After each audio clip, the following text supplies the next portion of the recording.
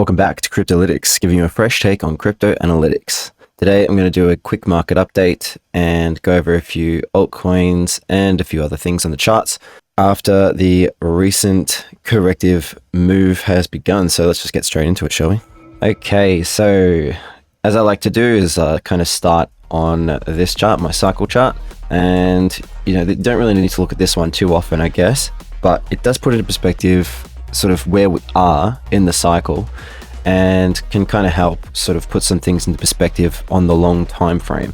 Usually I'm looking at shorter time frames for things, but it's sort of nice to zoom out and look to see kind of where we are and maybe compare to previous cycles. So I showed this chart in November last year, and this one here, actually this chart was the one that helped me confirm that the bull market was kind of back, or at least, you know, we were sort of back into a new uptrend. And one of the reasons that I sort of picked that was, and if you have a look at my November video, it was just after the FTX collapse where I picked this this divergence on the risk index.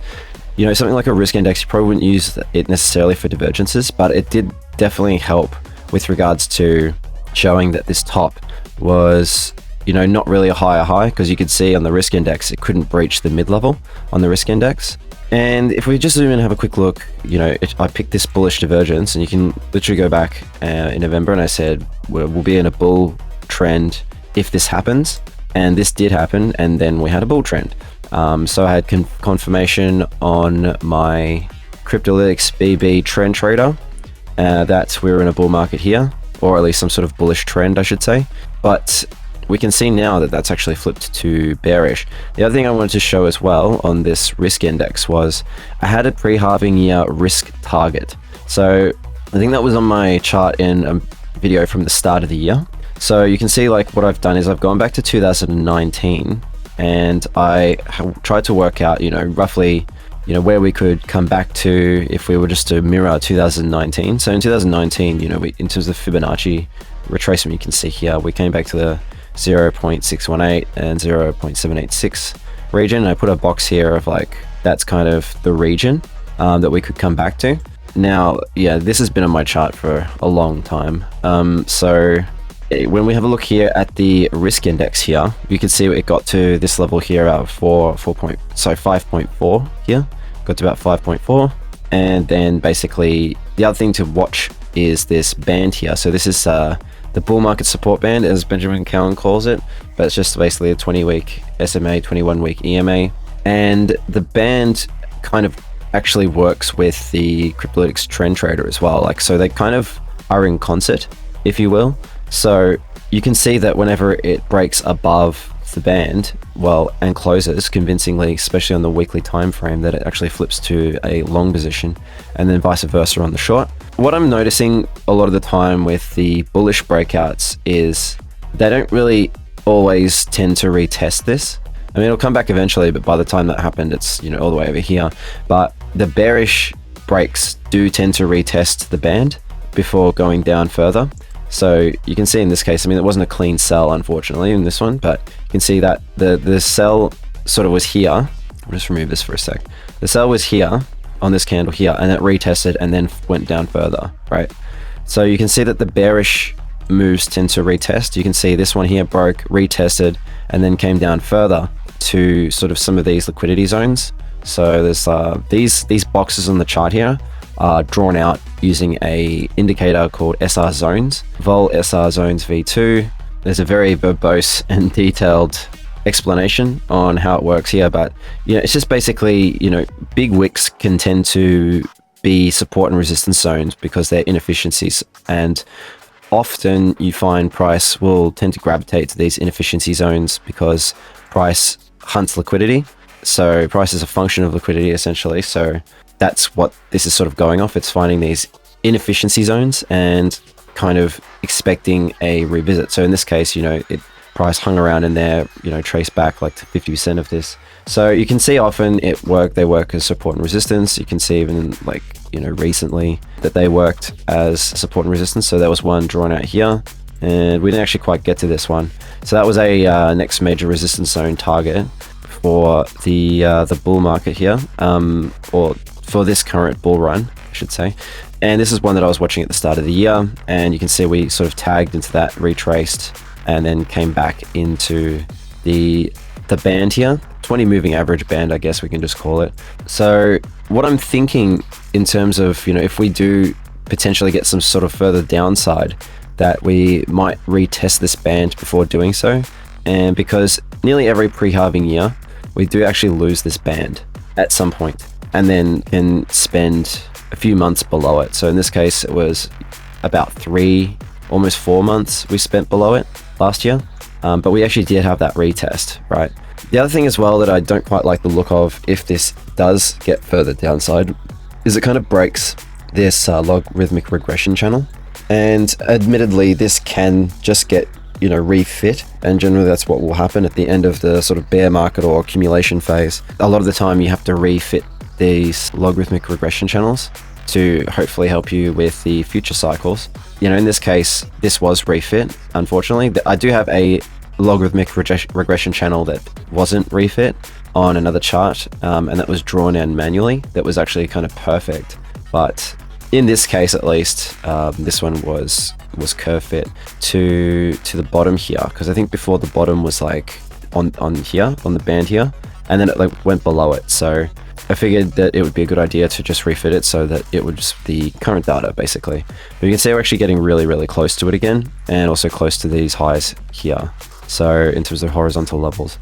So if we have a look just purely at the band, and also the Kryptolytix Trend Trader, which is kind of what I'm using to sort of work out what kind of market structure we're potentially, and obviously you can use the basic market structure of confirmation as well, but this kind of tries to get ahead of it. So I've got like the break of like the basic market structure on here, so like high, lower high, higher low, etc., etc. Yeah, it's kind of nice. You can see like little breaks of structure, and this is a Leviathan indicator. And yeah, it's just kind of nice. It just puts the stuff on the chart, because a lot of the time, if you really want to know what kind of market we're in without any assistance from indicators, I mean, all you have to do is have a basic look at market structure, right? So you've got your, say if you're here, a break of structure will be like this, for example. This would be a break of structure right here, because there's your low, there's your higher low, and then you got your higher higher low, higher low, and then lower high, and then lower low. So you can use basic market structure to kind of work out what kind of market we're in. So for example, if you're just holding, you bought a bunch of crypto back here and you're just holding this whole time, well, yeah, these are higher highs, that's fine, and that's a higher low, and then this is a lower high, but then that's a higher low, and then basically there you go, there's your higher high. But then here, right here, on this line here, you could say that's a break of structure, because now you've basically got this lower low to here, and then that's your lower high to confirm this break, and then then it just goes down from there. So this indicator just basically tries to get ahead of that, so you're not just sort of waiting for these confirmations. Of course, then you can probably get some fake outs along the way. So much nicer looking at the chart clean, isn't it? So yeah, basically just looking at this, yeah, breaking below the bull market support band. We've sort of wicked below it before, but we never convincingly closed below it. So here we didn't really close convincingly below it. We sort of sat in it for the week. Here was just a big wick and left this massive tail.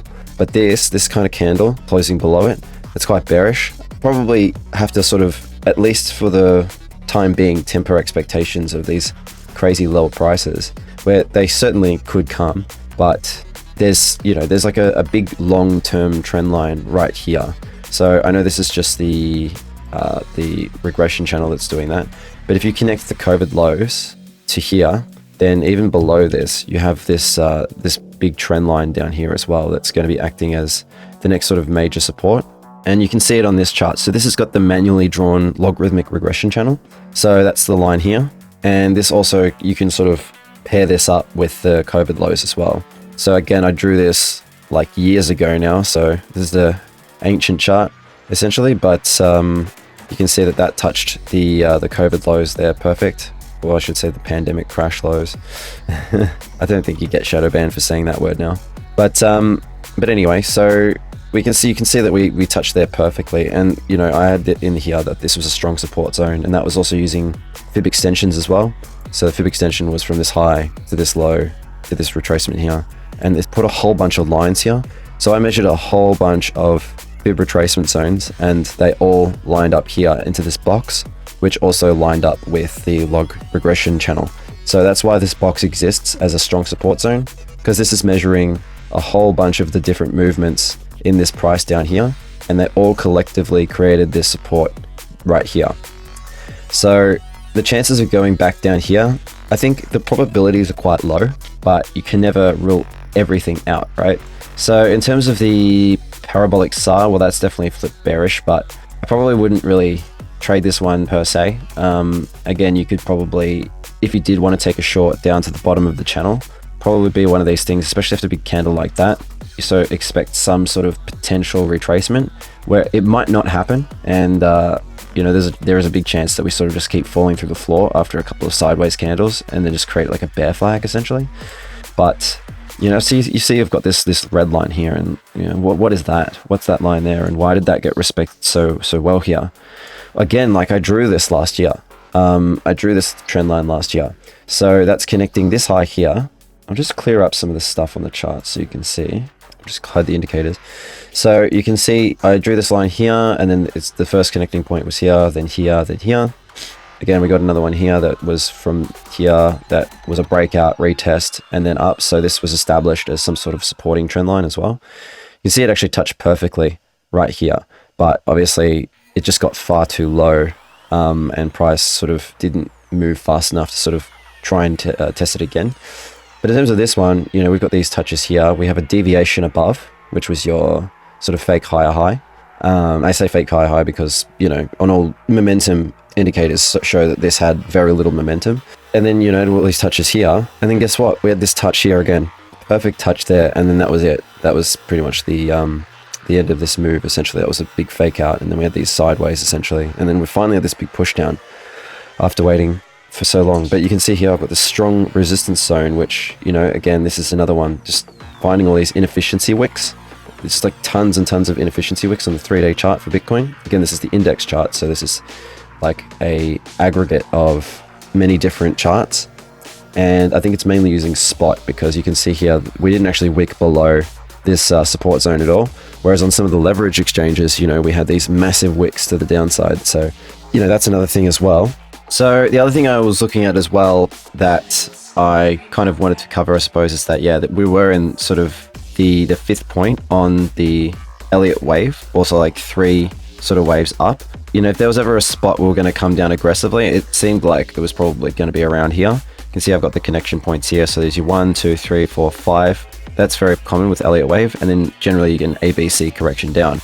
So this was just this slow bleed. So it wasn't really enough to, you know, really sort of call it there.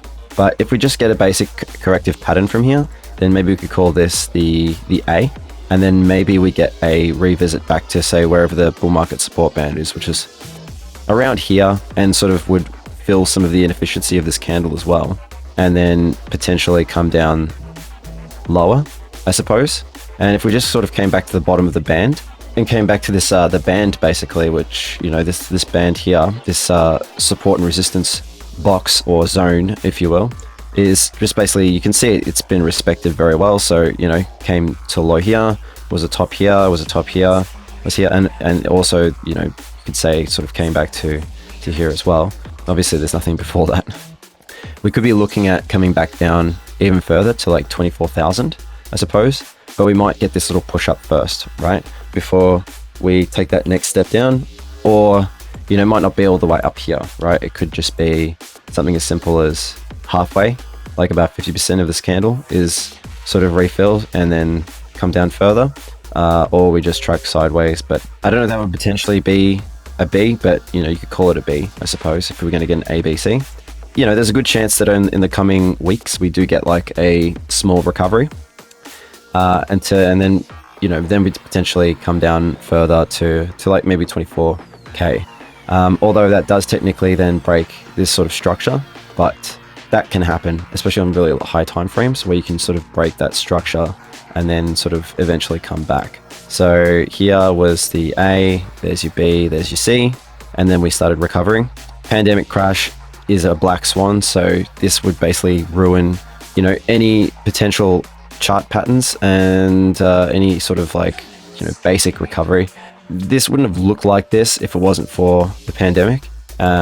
You know, it may still have come down, and you know, it's done sort of similar things in the past as well, where it's come and revisited the lows.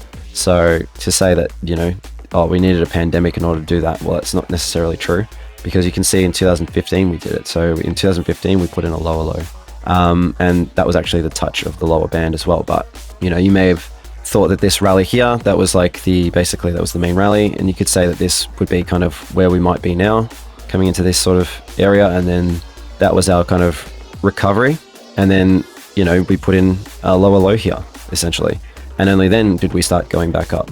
So I think this was Mt. Gox. I'm not exactly sure. I'd have to probably go have a look and see, but I think I have looked at it in the past, and I believe this is Mt. Gox. But yeah, anyway, so that's pretty much that in terms of this sort of long-term time frame, this particular long-term time frame chart, and sort of what I was looking at with this one. And you know, we sort of really struggled to get past this strong resistance, and we didn't even get to the mid band on the on this log channel. But you know, there's a decent chance that we come back into this zone and sort of fill more of it, I suppose. But yeah, you can see that, you know, based on this inefficiency here, I mean, obviously that was filled already, but you could still probably consider it to be a significant level that, you know, people will be looking at. And you can see this inefficiency here. So we've got these two sort of support and resistance zones that we're currently in at the moment. And the hope is that this logarithmic regression channel actually holds, but you know, it may wick down below it. You can see we went down below a little bit here as well. So yeah, it's just staying below it is where problems can set in, but sitting down at the bottom for a period, and you know, and then coming back, now that's not so bad, right? That's not too bad. So, you know, just, I mean, these just tend to turn into opportunities, right? Opportunities to load up on more Bitcoin and stuff like that. So these are like the sort of perfect opportunities to accumulate more for your long term. But, you know, if you were to follow this sort of this BB strategy verbatim without even questioning it, then, you know, you can actually have a look here. I can show you the strategy tester. If you just followed this without questioning it. So that last move with $10,000 capital was 25%, which is really not that impressive compared to, you know, some altcoin trades.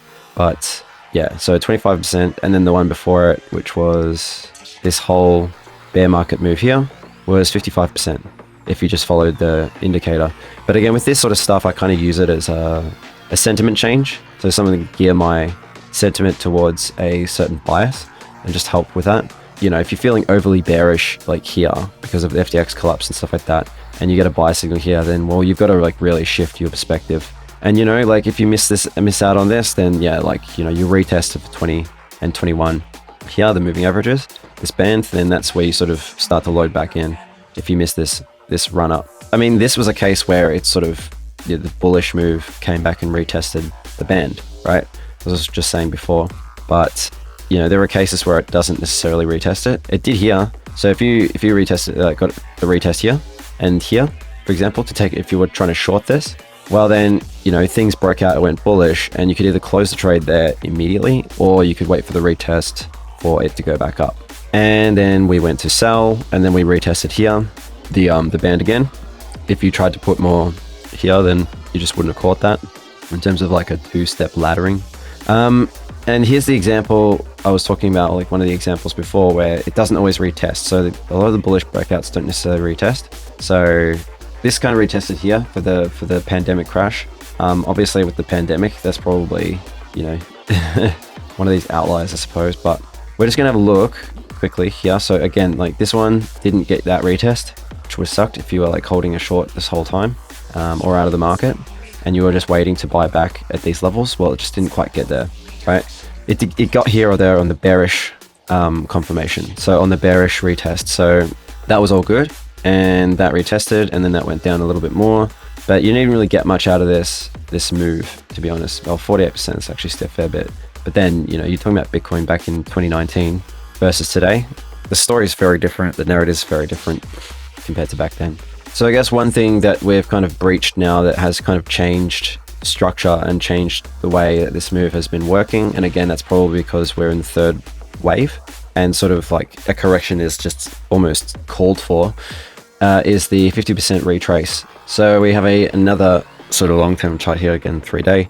So we were getting these 50% retraces. So you can see as I've measured from the bottom here to the top here, we're getting these 50% so to the top here, right here. Yeah, we're getting these 50% retraces before the next move up, 50% retrace, the next move up, and we've actually broken that 50%. So that, to me, like that shows that, you know, this big run is kind of over. And we also broke outside of this nice uptrending channel. So this is a linear regression channel. So I've got it on linear, the chart. So you can see that, you know, this was just this really nice price action, came up to the top of it. We couldn't breach the mid band. And then basically we came down and fell below this and closed pretty convincingly below it. Basically, it just means if you're in any underwater longs, then they are at risk because you really don't know what the downside is from here. We can assume that, so we did have this sort of, this support here, and that also acted, again, this is the same thing. This wick, the end of this wick here, the top of this wick here is what created this band. So we did wick into that, but you know, it's one of these things where if price action does sort of repeat what it did in 2014, then we could just sort of get this bleed down, you know, and retrace a lot of the move.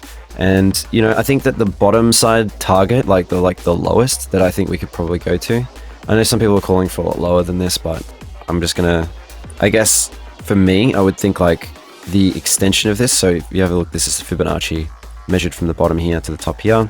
The 50% of this is at 24, about 23.5 roughly.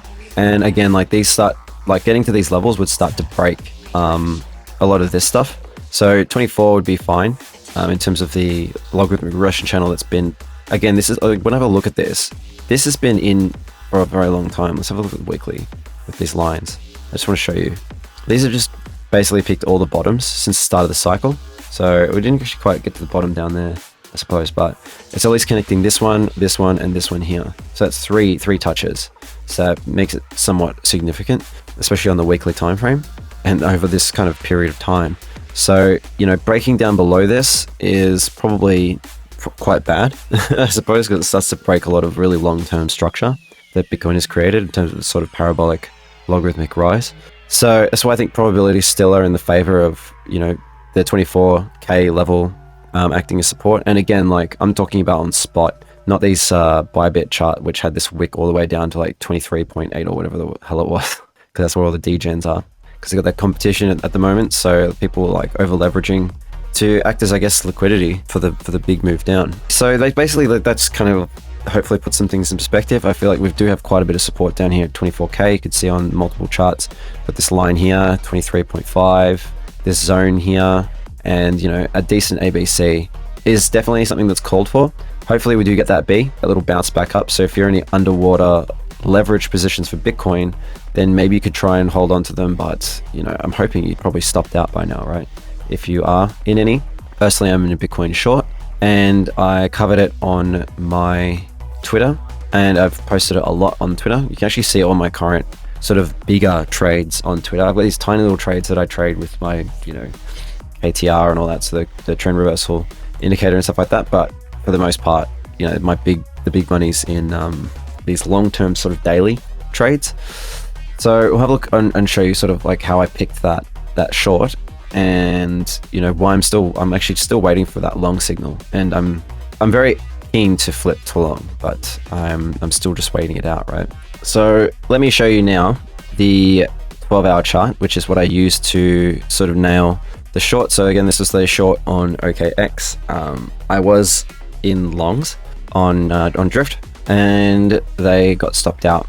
But yeah, I'm looking at rebuilding some of those longs at a later stage. But for now, I just wanted to show the shorts and sort of how I played this. And again, I have just been really sort of just been keeping my head down, I suppose. I haven't really done any videos lately, and that's just because I was actually working on this this indicator, the trend reversal, which is actually now called the pivot surge. And when it's in its final version, it will be, I'll do a video on it basically. But at the moment, it's just called the trend reversal. Before it was tops and bottoms, and they just sounded ridiculous. So kind of trend reversal is kind of what I started to call it. But yeah, anyway. So you can see here in terms of the probability of success, or the win rate of this over the course of this year has been 90%. I think that it's pretty safe to say 90% win rate is incredibly good. And, you know, it's very hard to fault that. So, you know, at the start of the year, it did incur a loss. Then since, it's sort of been okay. So this is like a pyramiding strategy. So you keep adding to it. And I'll just hide this here. So far this year, this strategy has netted like 19,000.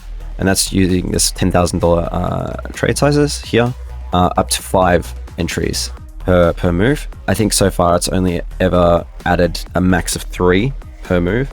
So yeah, and you are underwater a lot with this, so you have to make sure it's like a buffed up account. This trading account has a lot of margin in it, so I don't have to worry about, you know, liquidation or whatever. Like, I think when I was in the short here, the liquidation level was at like 42k. So I mean, I'm still in the short anyway, but yeah, I think it was like 42k in terms of the margin that I've used for this, because I mean, Bitcoin's pretty good like that. It doesn't move that much compared to what it used to.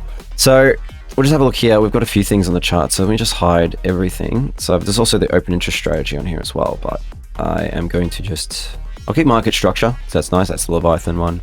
And we'll just keep the swing points on here just so we can see what other kind of liquidity there is on the chart. Look at this, $8.8 billion above. This is Binance, oh, no, this is OKX.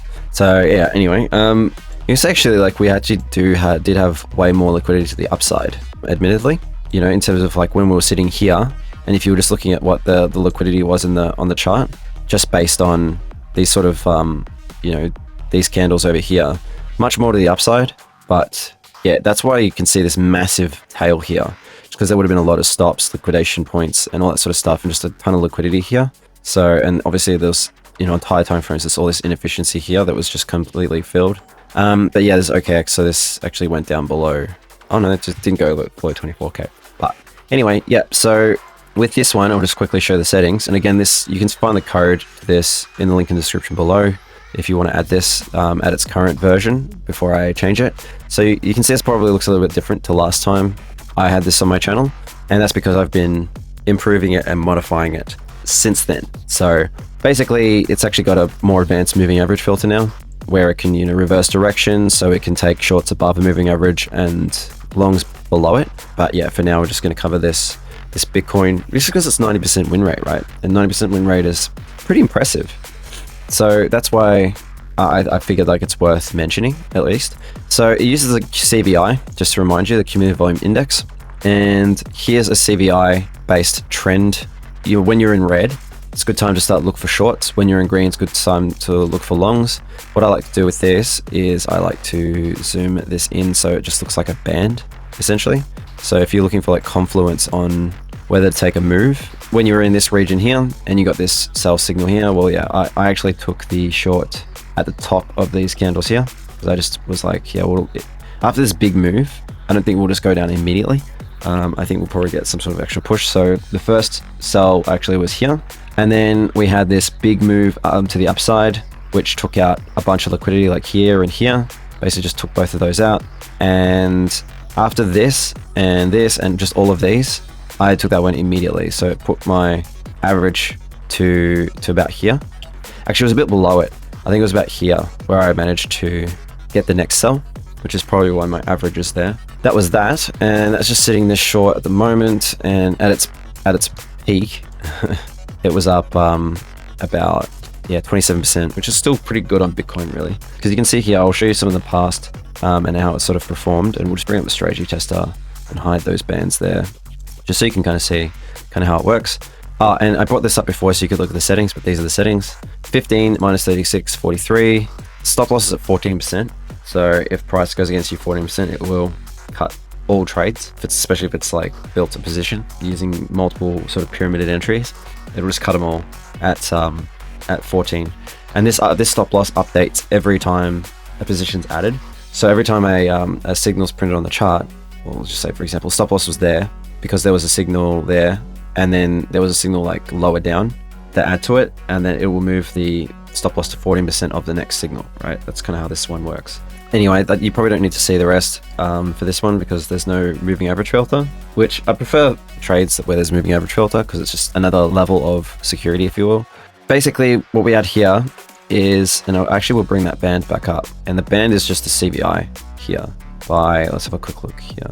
So it's the Crypto Peep Vortex strategy, right? So this is a strategy and it's not good, just to be perfectly honest, as a strategy, but because it uses the cumulative volume index, I'm using this as sort of some sort of confirmation, I suppose, or something to sort of get me ready, I suppose. It's like, well, it's coming soon, right? So it's not, I'm going to take the signals. It's more my signals are coming soon, most likely.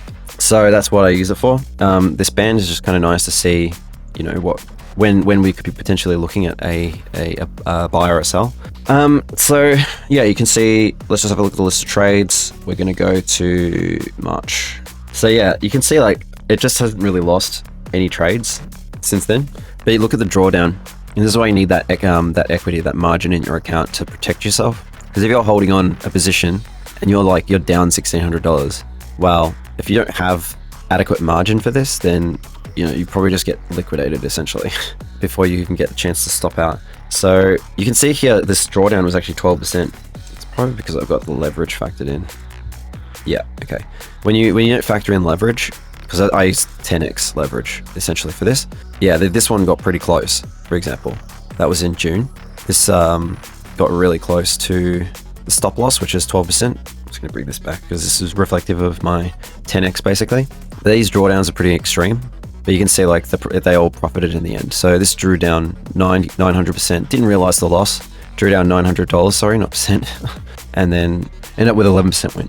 So anyway, like you can see on the chart here, you know, that's your first 10k, then 20k there, and then basically went the long here, and the short here, long, the short, and then these longs aren't the best, to be honest, these long positions.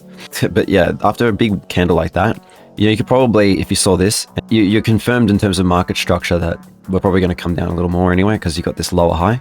Even here, you can see it says lower high there.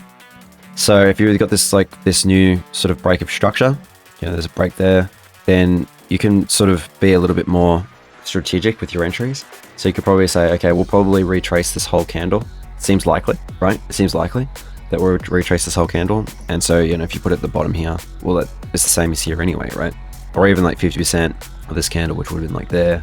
So, you know, you don't have to like take it on the actual signal itself, but you can get pretty close. This one was actually two shorts. So that was a 20k position.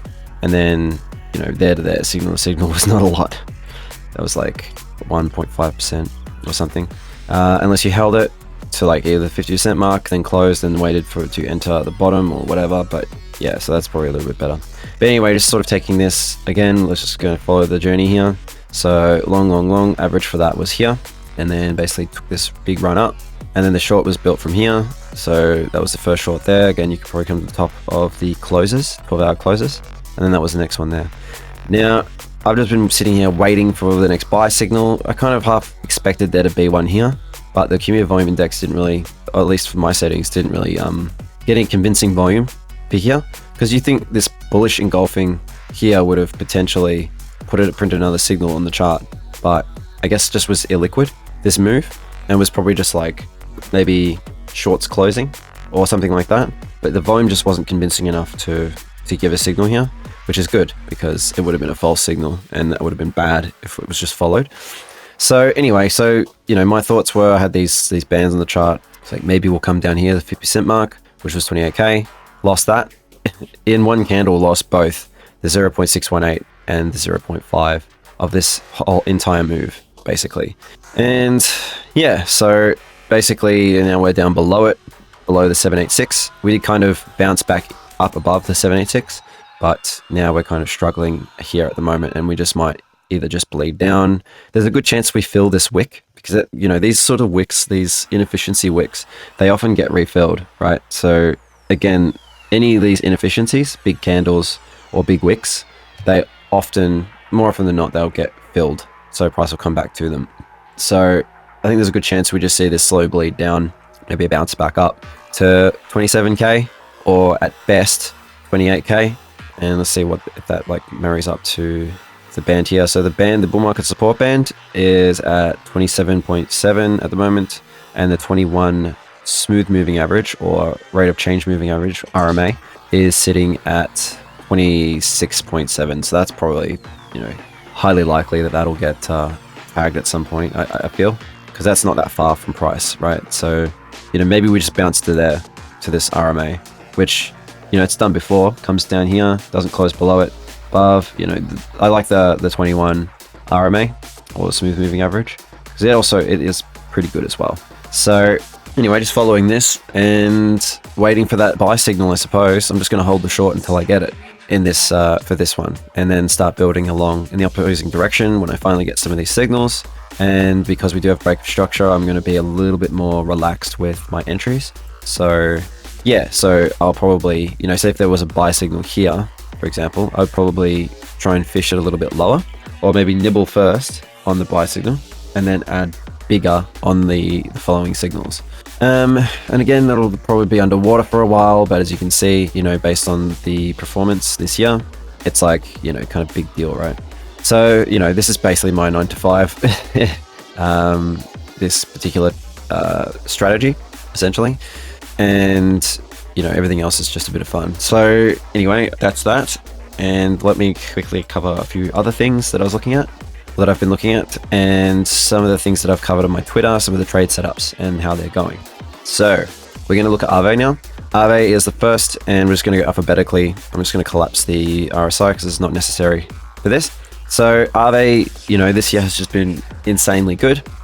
I didn't catch the long because I didn't have this strategy fleshed out in time for that, but I did catch the short because I had the strategy fleshed out in Feb, and you know, it was at the same sort of levels as Feb. So I entered the short around here.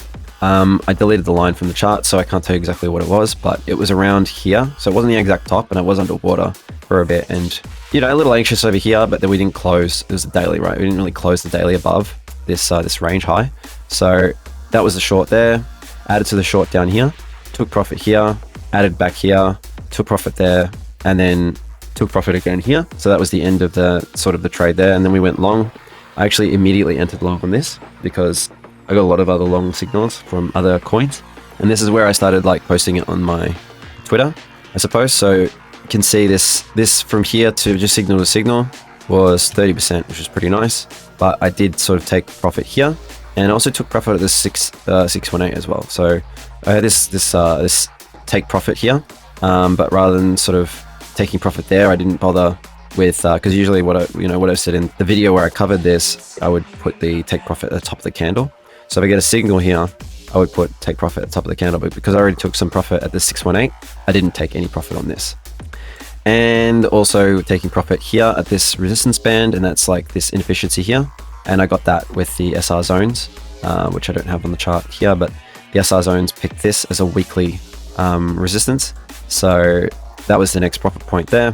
And again, then we got another sort of thing here, which, you know, maybe you would put it there, I suppose, or top of this wick, which we filled here. And then, yeah, so we entered the short, and then that's when I posted on the Twitter. You can go have a look at my Twitter if you want confirmation of that. I said, yes, AAVE is in a structural uptrend, and this is before the curve hack as well. So this just goes to show that, you know, that was just fundamental news that added to it. But I said, yes, AAVE is in a structural uptrend, but this strategy has been highly profitable with a 100% success rate this year. So I'm just going to go for it, and I'm going to open a short. So what I did is I opened a short. So the signal was there, and I opened it at this wick here, which was like 50% of this candle as well. Did go a little bit above, and I added the position over here. So at the top of these candles, I added the position there, because again, that was another zone, another box, you could say. And the first profit that I took was a little bit above here at the 382. And I was considering adding to my position here, to be honest, but I did not. And it would have been nice if I did, but I did not. And then we did take this massive dump, essentially. And AAVE's wicked all the way down to the fib extension, the 786. So we can see that's measured from top here to bottom here to top here. And you can see we've actually wicked to the 786 level. So right here, 786, smack bang there.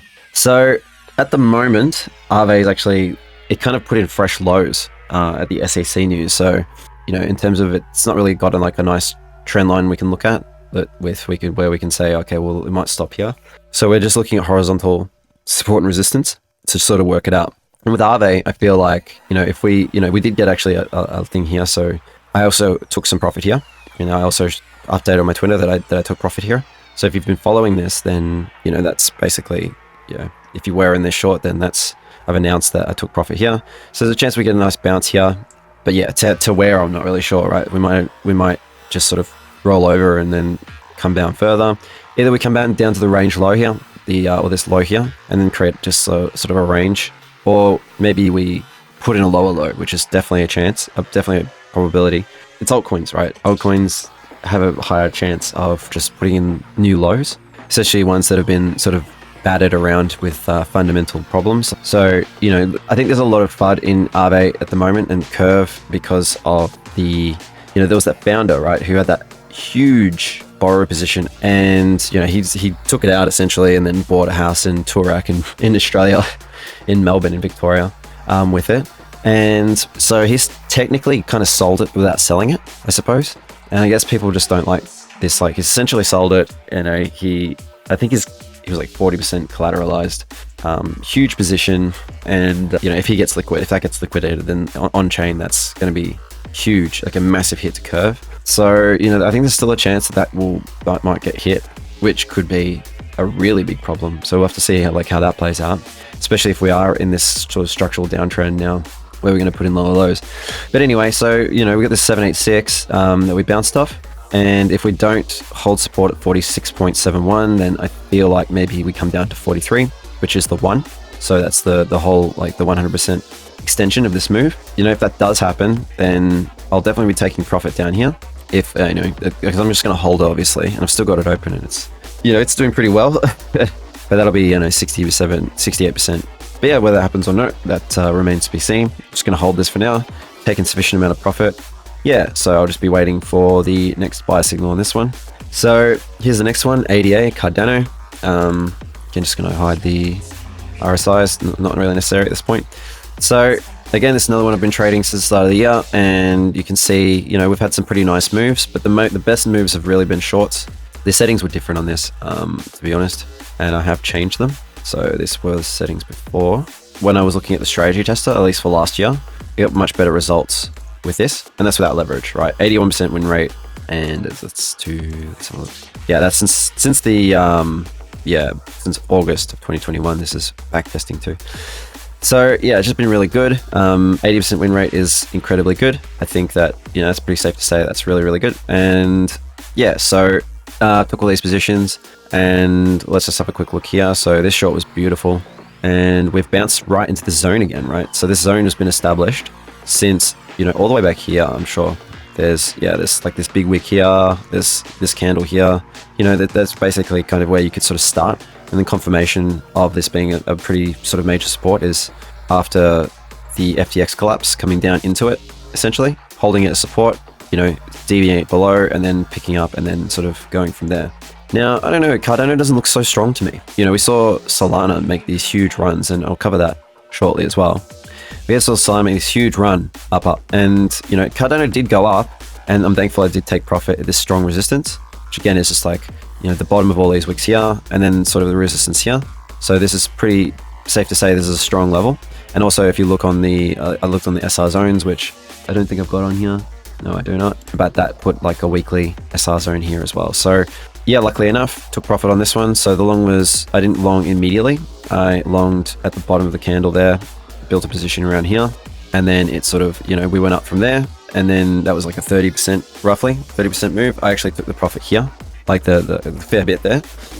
And then basically, you know, we just sort of failed from there, and then took more profit here because I was like, well, we got a top signal and we just had this here. So I did take more profit as well. I just followed that signal. I was kind of hoping we'd come back up here, maybe like another little push so I could offload some more, but then we had the short signal. And the way I entered this one was the top of the candles here again. So we had the signal here, just held on, and then flipped the position here. And the first point I took profit was actually right here. I probably didn't need to take any profit on that, and probably could have just followed the signal here, which was like right there, which was on Saturday was the first sort of profit point. But I also took profit at this support zone as well. So I don't need to take this because I already took some here. So yeah, still sitting in the short, to be honest. I did kind of think that maybe we would bounce off this trend line here, but because we had two converging trend lines, we had this trend line here and this trend line here. So this was like a zone, you know, like a potential bounce point, and also this horizontal. But yeah, we just didn't see that because the whole market has been coming down. So yeah, But Cardano did put in a higher low. So I guess that's not so bad. But if Bitcoin does push down again, then, well, this is just going to probably come back down to the bottom of the range here. And I've got this line down the bottom here. I believe that line is, yeah. So it's a resistance here, and support here.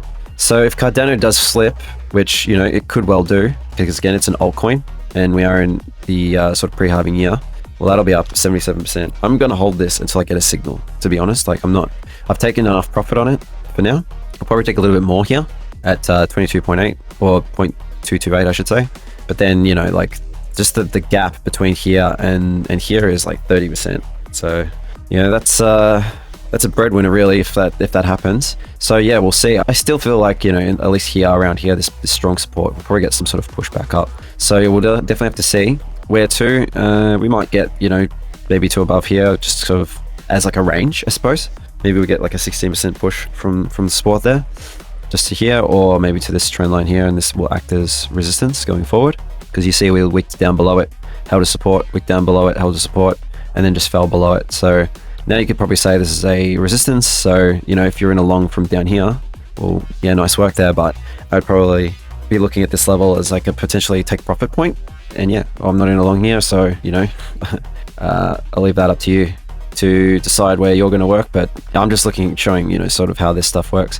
And yeah, I probably should have showed the settings for AAVE. I'll show the settings for ADA. So these are the settings for the BB Trend Trader. Again, like codes in the description below if you want to add it to your chart. It's 8, 2, 6, 7, 7, 9, and I've got 12 as the profit point for the profit points. And that's 49 and 43. Those are custom, and this uses the, you know, tops and bottom signals. So, and I'll just quickly show AAVE if you want to see that. AAVE is 12, 2, 8, 80, 11, 12, and then these are defaults 51 and 43. There's there. So yeah, let's go on to the next one, shall we? The next one we have is AGLD. Now I haven't actually covered this one on any of my charts or any of Twin or anything like that, because this one was a good call as well. I just wasn't that confident in this one comparatively. I've actually got this one on tops and bottoms as well, or the trend reversal. So the trend reversal settings, I've got, this is two pyramids, 1000, there's very small positions. And this one's actually in a long right now. So it's in an underwater position because the first position was there. But this one you can see it just shorted all the way up, and then put another top signal here as well. But this would have been really bad to hold like this. But again, it's been 80% win rate, so I guess it's not too bad. But yeah, the long right now, this long would be down $236, which, you know, it's actually realized a lot of loss lately, essentially, because it shorted here and then shorted here. So this realized, yeah, some of this loss, I suppose, but then had some nice wins at the start of the year. You know, we can have a look here and look at the trades. Look at this drawdown. That's insane because it mooned, right? But anyway, let's just ignore that and just look at the settings for the trend trader here. So Bollinger length is 12, 1, 7, 81, 12, and for the profit points I've got 23, minus 42, and then 43. So AGLD is a short. I opened the short not at the signal. I actually opened it here, and then I also added the position pretty much in the same place over here. So AGLD is currently up a fair bit. If you just have a look at this right now, $1,000 position, I believe. Yep, $1,000 position.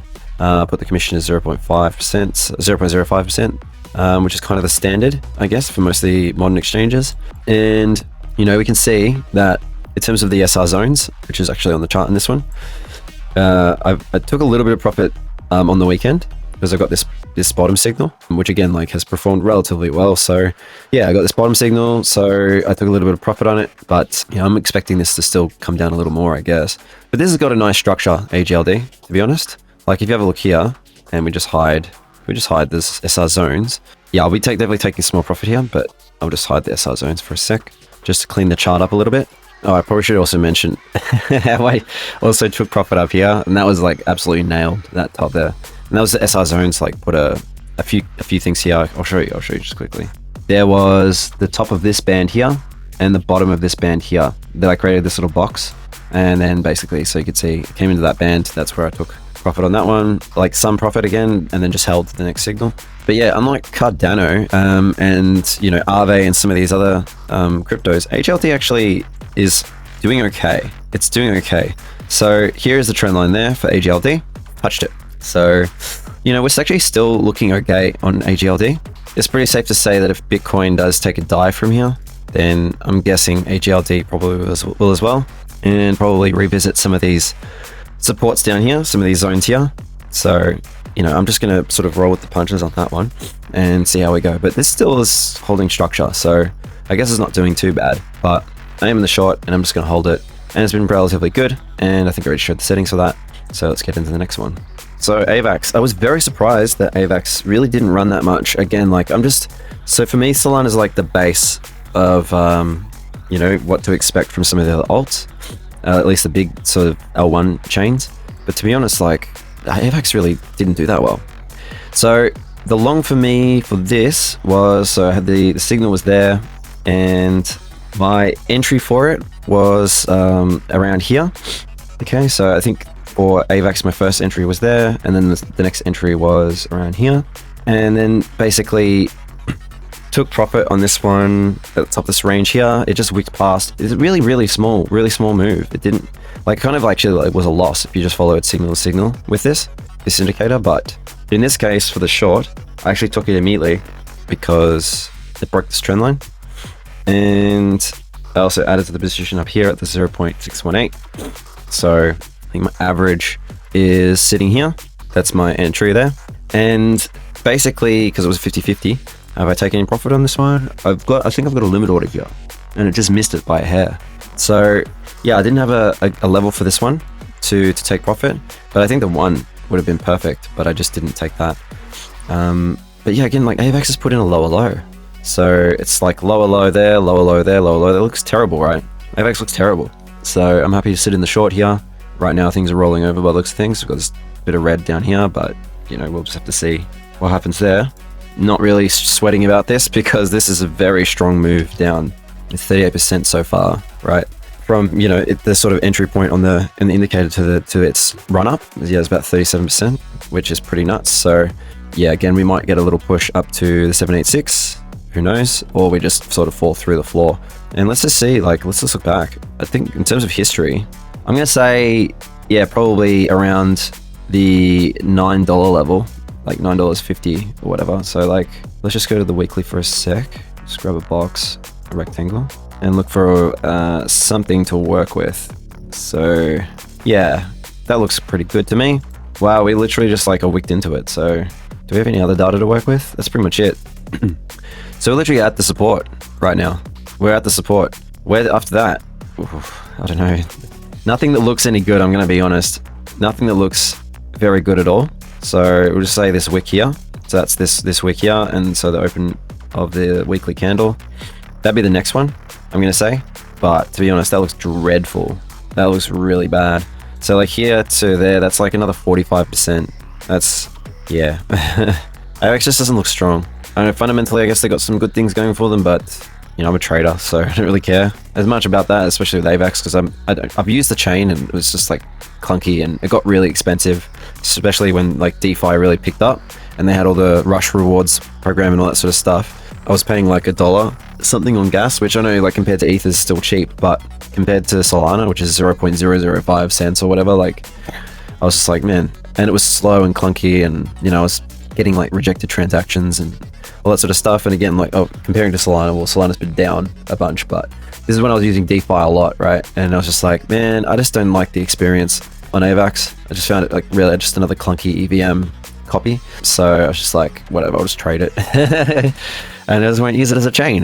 Do I hold some AVAX? Yes, tiny little bit. What's my average buy price? Something terrible, probably 30 or something crazy. So that was just that's a moon bag, I guess, something I'm just going to hold until the next cycle, and then I'll offload it at the next bull market peak, most likely. But anyway, that's AVAX. Let's have a look at the settings.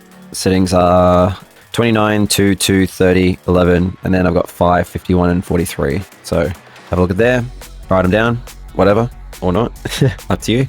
So yeah, that's AVAX. So let's go on to the next one, shall we? Comp. This one's been great. This one's been great. Comp was not the best entry on the long, to be honest.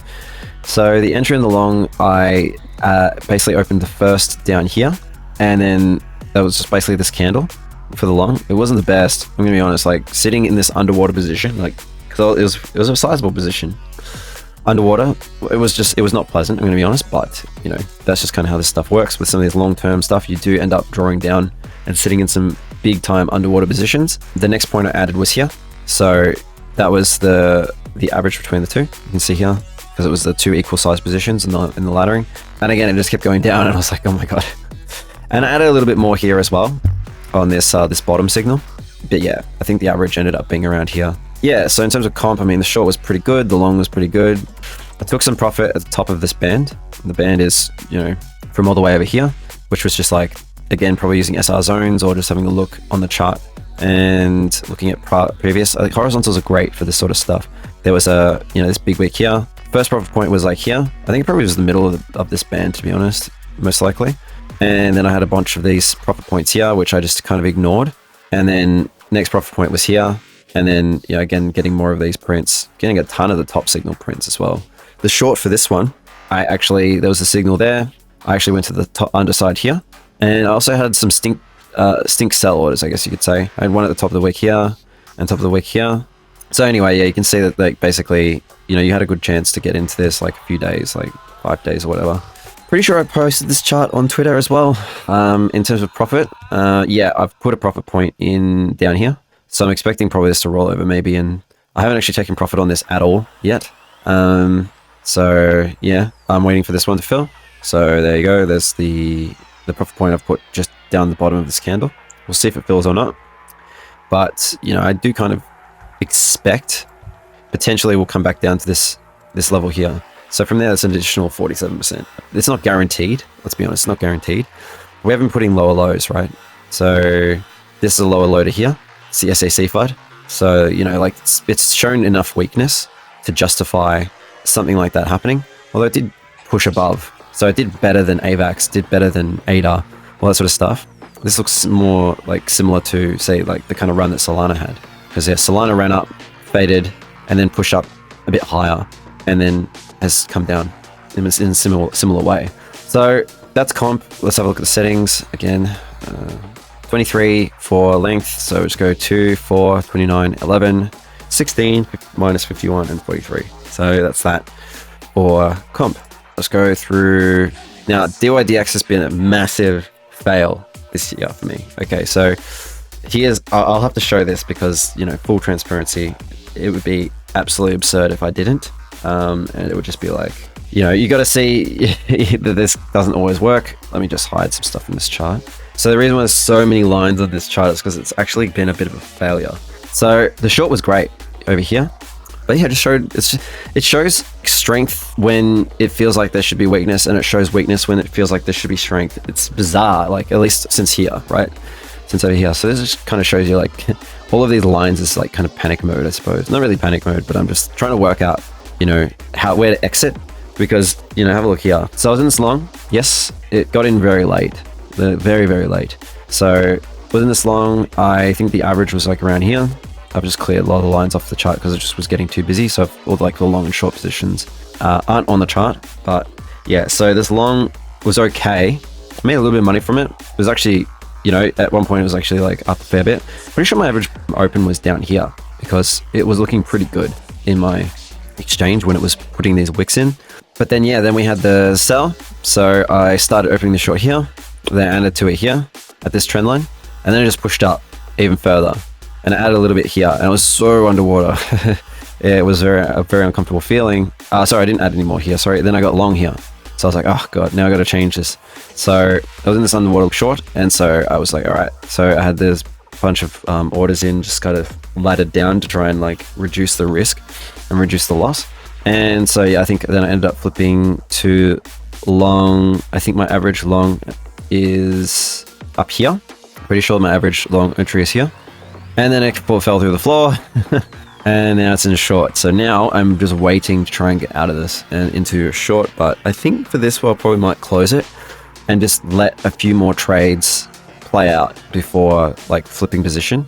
Or if I open a short for this, it'll be a much smaller position than what I have been trading. So yeah, so this has just been a mess, absolute mess. So yeah, anyway, that's an example of something that fails. I don't think you really care for the settings, to be honest, because it has not worked for me. So you probably don't really want to, even consider this, but, I did draw this linear channel and we've broken down below it. We came almost into this support box, which, again, this is like a lot of, this is like an order block, you could say, where you've got, resistance here, support, resistance and support. So, and then we've got the 618. So yeah, hopefully if I can get into the short here, I can probably hopefully make some of my money back from this, but I don't really care that much because it is what it is. And yeah, so DYDX has been it's been pretty strong, to be honest. Definitely hasn't put any new lows, to be honest. It's actually done relatively well throughout its history, but it's just been this massive range, right? So, if we're just going to play the range, hopefully I can get into this short in time. And if it gets to a certain point, I'm probably just going to cut it and maybe try and find another entry further down. But for now, I'm trying to get out and minimize the impact of the loss. And, if we do just play this as a range, because you can see with this huge broad range, like top here, low here, then I guess we'll be coming back down to like $1.10 or whatever. And from there, that's like 80%. So, we'll just have to see how that goes. But yeah, DYDX has been very unkind to me, to say the least. And the last one we're going to cover is Solana. Okay, so now on to Solana. This is like my favorite one. This is like what I put the most time into. This is what I have the most money in. Solana is basically, this strategy has been just amazing for Solana. I have changed the settings on this. You can see in the last video where I covered this strategy, I think the long entry was like here, which was still pretty good, especially with the profit point, like taking profit at the 618 and also at this resistance. It was still good. It was still really good. And the shorts also been pretty good as well. Although the shorts just been like was not in profit at all for a while as it tracked sideways, but now we've sort of broken down below. These are the new settings for Solana. And I'll just show you, you can have a look at the strategy tester. Pretty good. And also I sold about 500 SOL on at 25 as well, using the signal. So my average buy price for that was like 16, I think. I've just been holding on to that for quite some time.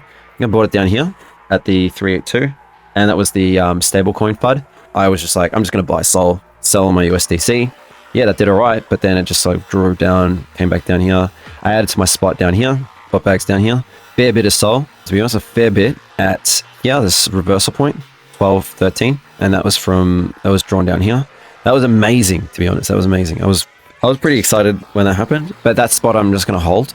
But yeah, in terms of a whole bunch of other spot, like a big spot position, that was about 500 sols, probably less. I think it's probably more like 450, but I sold that at 25 and also shorted. So I'm just looking to buy that back at lower prices. Here would be a good spot to first buy. I did take profit here on the short. So let me just get this RSI off the screen and this, so we could got full screen, so it's a little bit easier to see. In terms of where we could go for Solana, what I'm thinking is probably this around here, $17 potentially. So if we do bounce here and we just continue up, which I don't think is as probable, but if we do, then then hopefully we get a buy signal and then get back on the train in time. But yeah, if we do continue this bearish trend, which is potential Bitcoin might only go down a few percent, as we showed before, down to here, going to 24 to 25 or whatever on like at least the index price. So if we do that, then there's a pretty good chance that Solana will probably bleed more, right? Will be impacted more. Got this trend line here, this trend line here. So this trend line broke. This was here. So that's like, if you went in a short and you were waiting like confirmation, then there's pretty good confirmation. Top of the candles here. At least in my case, I'm here. Very big position, very big short. Not Michael Burry's the big short, but my own version of the big short. And stole a ton of my spot. And we got break of structure here. We got lower lows, we got lower highs. So structurally, this is definitely showing a strong case for more downside. But overall, you look at this, the structure looks really nice. So if we just hide everything, just look at the structure here. This is a really nice move. Really, really nice. Compared to ADA and AVAX and all that stuff, Solana was really nice. Just really, really nice. So yeah, its structure has been sort of established as lower highs, lower lows. So yeah, there's a good chance we come down even further. This trend line, potentially, this is like a long-term, you'd say weekly potentially. Then this would be like the breakout, retest, and then up, right? Hopefully, maybe, we'll see. So in terms of the short, probably take a lot of profit here at 786. Again, 786, this is all measured from here to here. And this is a strong resistance, support, support there, so no candle closes on the daily below here, and resistance, big resistance here, that big wick here, like that tail there, another resistance here, and then shot through it. And you know, you can just probably keep looking back to show that this is a strong level around the $17 mark. I'll probably buy some more of my spot bags back around here if it gets there, or buy it back when I get a signal and find another entry when that prints. And again, I think I brought the settings up before. Oh. And again, the settings for Solana, for these are the new settings. There's 15, 2, 7, 74, 11, 9, 51, 43. I guess minus 51, not positive 51, but you get the idea. So yeah, in terms of kind of where I'm at with this trade at the moment, so I've got this as 16,000 on my exchange.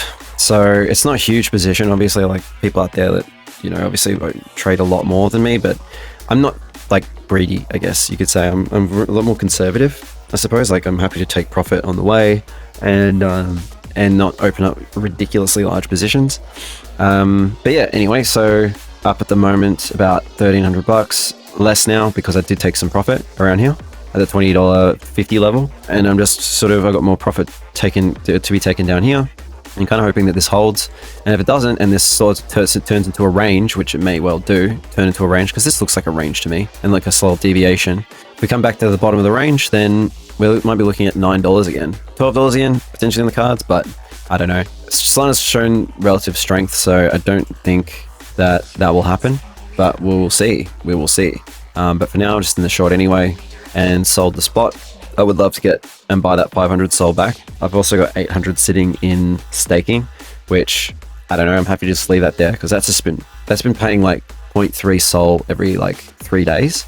0.3 sol every 3 days. So like that's about 3 days. So it's about 1 sol every 9 days. It's been really good. Sometimes it's like 1 sol a week. Like if I'm lucky, 1 sol a week. I mean that doesn't sound like a lot now because it's like $21. Well, $21 is still pretty reasonable, right? A week. Yeah, okay. That's passive income, right? Okay. If Solana gets to its all-time high, then, well, that's like $280. So anyway, we're just going to leave that. And yeah, so Sol's doing pretty good. And that's kind of what my outlook is for that. Short position there. So yeah, we'll just have to see how that plays out. So that's probably more than enough for this video, to be honest. I was going to cover my trend reversal signals as well, but I'll probably do that on a separate video because this video's gone long enough. And anyway, so if you stuck around to the end, I really appreciate it. But yeah, if not, that's totally fair. Now that I guess that's all of the Kryptolytix daily BB Trend Trader settings that I'm currently using. And these have all been incredibly good trades, except for DYDX, which is a POS, but whatever. I don't mean proof of stake either. Anyway, so yeah, I hope you liked the video. Hopefully this is helpful to you. And yeah, hopefully you're doing okay in this, with this pullback. A lot of people got wiped out. You know, you can tell even just by looking at the open interest. You know, open interest got pretty high on Binance. This is aggregated actually. But you can see, like, look at this capitulation. People are just like exiting positions, leaving the market. You know, I posted on Twitter, like we're at 4 billion in open interest, and we've lost an entire 1 billion in OI over, you know, the past few days, really. It's been over the last week. Let's have a look. Yeah, the last 3 days. There's been this massive capitulation. People have just bailed, essentially. So yeah, you can even see, like, if we look at the 12-hour. Some people were saying on that open interest was the highest it's been since FTX, but it's not correct. If you look at aggregated, it was pretty much at the same peak level as it was in July at the top here. So it's pretty messy on the chart there because this is meant for the 1 hour. But essentially, yeah, you can see like that wasn't the case. It was just people looking at the Bybit chart for open interest, and that's the reason why that was so high is because of the World Series of Trading competition, which I think a lot of people have been wiped out in, to be honest. So yeah, you can see right now, open interest is the lowest it's been since March last year. Sorry, no, since March this year. So it's back down to March levels, essentially, fallen from grace. But yeah, high open interest generally is a sign of volatility. And, you know, this big spike up here was a good chance to add to shorts if you were in shorts, which I actually did, just based on that open interest spike alone. So, and also this liquidity zone. But anyway, that's it. That's enough for the video. So that's it for the video. If you liked it, then please leave the video a like or a dislike if you didn't like it. I guess both are fine. And feel free to leave a comment below and let me know what you think about the Kryptolytix BB Trend Trader settings. And yeah, if you think of anything or find anything with the Trend Trader, yeah, I mean, feel free to share it with the channel or community or whoever watches these. And yeah, subscribe to the channel if you want more videos like this in the future with more trade setups and plans and all sorts of stuff, and to get an insight into, you know, how I've made this my 9 to 5. So keep safe out there. This is Kryptolytix signing out. Have a good one.